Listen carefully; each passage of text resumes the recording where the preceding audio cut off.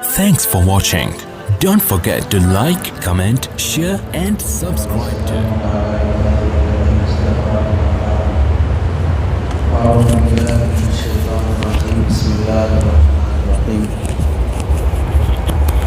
وَتِلْكَ الْأَيَّامُ نُدَاوِلُهَا بَيْنَ النَّاسِ صدق اللہ العظیم اللہم صلی علی سیدنا محمد وعلی آل سیدنا محمد وبارک وسلم اللہم صلی علی سیدنا محمد وعلی آل سیدنا محمد وبارک وسلم اللہم صلی علی سیدنا محمد وعلی آل سیدنا محمد وبارک وسلم۔ میرے محترم عزیزوں، بزرگوں اور دوستوں، ضرورت کی بات، دین کی بنیادی بات ہم سب لوگوں کے لیے ہر ہفتہ یہاں پر ہمارے شہر کے دعوت و تبلیغ کے مرکز میں مستقل آپ حضرات کے لیے ہوتی ہے۔ آج اتوار ہنگامی طور پر آج صبح چونکہ علماء کرام کا پورے ڈسٹرکٹ، پورے ضلع کے علماء کرام کا پروگرام تھا، صبح سے لے کر عصر کی نماز تک تقریباً 250 کے قریب علماء کرام، حفاظ کرام وہاں پر جمع ہوئے۔ تو اس نسبت سے مغرب کے بعد آپ حضرات سے بھی کچھ دین کی بات ہو جائے، اس لیے یہاں پر جوڑا گیا۔ اور یہاں بیان کا جو عنوان رکھا گیا ہے، موجودہ حالات سے مایوس نہیں ہونا چاہیے۔ اس عنوان پر بولنے سے پہلے میں ایک بہت مشہور شاعر گزرے ہیں، ان کے چند اشعار سمجھانا چاہتا ہوں، اس کے بعد پھر ہم موجودہ حالات کو سمجھنے کی کوشش کریں گے۔ شاعر کہتا ہے، ہمت بنانے کے لیے کہ آدمی کو مایوس نہیں ہونا، ہمت سے رہنا چاہیے۔ شاعر کا کہنا ہے کہ منزل سے آگے بڑھ کر منزل تلاش کر، منزل سے آگے بڑھ کر منزل تلاش کر، مل جائے تجھ کو دریا تو سمندر تلاش کر۔ آدمی چھوٹے ارادے کے ساتھ، چھوٹے حوصلے کے ساتھ نہیں رہنا چاہیے، بڑے حوصلے، بڑے ارادے کرنا چاہیے۔ بڑے ارادے کرنے کے لیے آدمی کا دل بھی بڑا رکھنا چاہیے۔ چھوٹی سوچ والا، کم ظرف انسان، دوسرے کو جو برداشت نہیں کر سکتا، کسی کو جھیل نہیں سکتا، وہ آدمی بڑے کام نہیں کر سکتا۔ بڑے کام کرنے والوں کو سب کو جھیلتے ہوئے چلنا پڑتا ہے۔ جس کے اندر صبر نہیں ہے، برداشت کرنا نہیں ہے، وہ بڑا کام نہیں کر سکتا ہے۔ گھر کی جو عورتیں جھاڑو مارنے پہ لڑ لیتی ہوں، کپڑے دھونے پہ لڑ لیتی ہوں، برتن دھونے پہ لڑ لیتی ہوں، کھانا پکانے پہ لڑ لیتی ہوں، وہ عورتیں کبھی ٹیپو سلطان پیدا نہیں کر سکتی ہیں۔ بڑی عورتوں کے عزائم بھی بڑے ہوتے ہیں، وہ جھاڑو کچرے پہ نہیں لڑتی ہیں۔ تو شاعر کہتا ہے، منزل سے آگے بڑھ کر منزل تلاش کر، مل جائے تجھ کو دریا تو سمندر تلاش کر۔ دریا چھوٹا ہوتا ہے، سمندر بڑا ہوتا ہے، تو چھوٹے پہ قناعت مت کر۔ ہر شیشہ ٹوٹ جاتا ہے پتھر کی چوٹ سے، ہر شیشہ ٹوٹ جاتا ہے پتھر کی چوٹ سے، پتھر ہی ٹوٹ جائے وہ شیشہ تلاش کر۔ کتنی بڑی بات ہے، پتھر ہی ٹوٹ جائے وہ شیشہ تلاش کر۔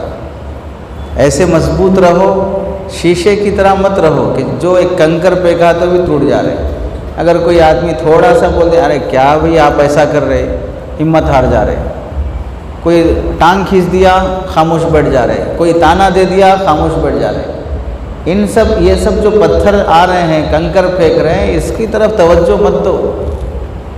ہمارے بارے میں فلاں صاحب ایسا بولے، انہوں میرے بارے میں ایسا بولے، انہوں میرے بارے میں ایسا بولے، یہ سب پتھر ہیں، اس سے اگر ٹوٹ گئے تو پھر نہیں آگے بڑھ سکتے۔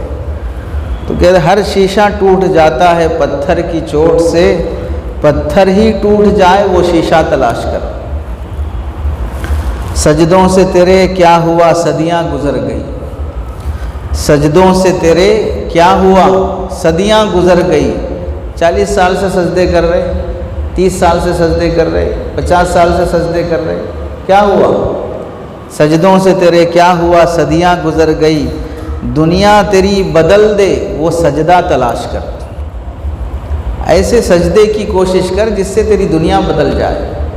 یہ فارمیلٹیز پوری کرنے والے سجدے ہیں۔ اس سجدے میں نہ دھیان ہے، نہ خشوع خضوع ہے، نہ رونا ہے، نہ سجدے کے بعد اپنے اندر کچھ چینجنگز ہیں۔ تو ایسے سجدے 40 سال 50 سال سے کرتے رہو گے تو کیا بدلاؤ آئے گا دنیا میں، زندگی میں؟ ایسا بھی کوئی سجدہ ہونا چاہیے کہ سر اٹھنے کے بعد اب انسان کی دنیا بدل جائے۔ تو سجدوں سے تیرے کیا ہوا صدیاں گزر گئی، دنیا تیری بدل دے وہ سجدہ تلاش کر۔ ایمان تیرا لٹ گیا رہزن کے ہاتھ سے، ایمان تیرا لٹ گیا رہزن کے ہاتھ سے۔ رہزن کہتے ہیں چور، ڈاکو۔ جیسے سامان چرانے والے، پیسے چرانے والے چور ہوتے ہیں، ویسے ایمان چرانے والے چور بھی ہوتے ہیں۔ نئے نئے باطل فرقے اور طاقتیں جو مسلمانوں کے حلیے میں آتی ہیں، بہت سے فرقے ہیں، گوہر شاہی ہے، شکیل بن حنیف ہے، مرزا انجینئر ہے، غلام احمد قادیانی ہے، فیاض ہے، ایسے دسیوں فتنے ہیں جس سے مسلمانوں کا ایمان لٹ رہا ہے۔ اور وہ پگڑی باندھ کے بیٹھے ہوئے ہیں، بٹو لگا کے مالا ڈال کے نہیں بیٹھے ہیں، وہ بھی پورے مسلمان بزرگ بن کے بیٹھے ہیں، لیکن ہیں لٹیرے۔ تو شاعر کہتا ایمان تیرا لٹ گیا رہزن کے ہاتھ سے، چوروں کے ہاتھ میں ایمان چلا گیا ہے۔ ایمان تیرا بچا لے وہ رہبر تلاش کر، ایمان تیرا بچا لے وہ رہبر تلاش کر۔ ایسے علماء، ایسے رہبر، ایسے ائمہ جس سے قوم کے ایمان کی، عقیدے کی حفاظت ہوتی ہو، ایسے رہبروں کو تلاش کرو۔ ہر شخص جل رہا ہے عداوت کی آگ میں، ہر شخص جل رہا ہے عداوت کی آگ میں۔ اس سے اس کو دشمنی ہے، اس سے اس کو حسد ہے، یہ اس کو اچھا نہیں دیکھ سکتا، یہ اس کی ترقی نہیں دیکھ سکتا، یہ اس کی کمائی نہیں دیکھ سکتا، ذاتی گھر بنا لیا نہیں دیکھ سکتا، اچھی گاڑی لے لیا نہیں دیکھ سکتا، اچھے کپڑے پہن لیا نہیں دیکھ سکتا، تو اس کو نہیں جم رہا ہے۔ تو ایمان تیرا، ہر شخص جل رہا ہے عداوت کی آگ میں، اس آگ کو بجھا دے وہ پانی تلاش کر۔ اس دشمنی کی آگ کو بجھا دے وہ پانی تلاش کر، جس سے نفرتیں ختم ہو جائیں، ایک دوسرے کی دشمنیاں ختم ہو جائیں۔ آگے کہتا ہے شاعر، کرے سوار اونٹ پہ اپنے غلام کو، کرے سوار اونٹ پہ اپنے غلام کو۔ کب ہوا تھا؟ حضرت عمر رضی اللہ تعالیٰ عنہ بیت المقدس فتح کرنے کے لیے جب گئے، باری متعین کر لی، تھوڑی دیر حضرت عمر سوار ہوں گے، تھوڑی دیر غلام سوار ہوگا، تو حکمران امیر المؤمنین پوری دنیا کا خلیفہ وہ اپنے نوکر کو اونٹ پہ سوار کر کے خود پیدل چل رہا ہے۔ کیا مطلب ہوا؟ چھوٹوں کو بھی آگے بڑھانے والے۔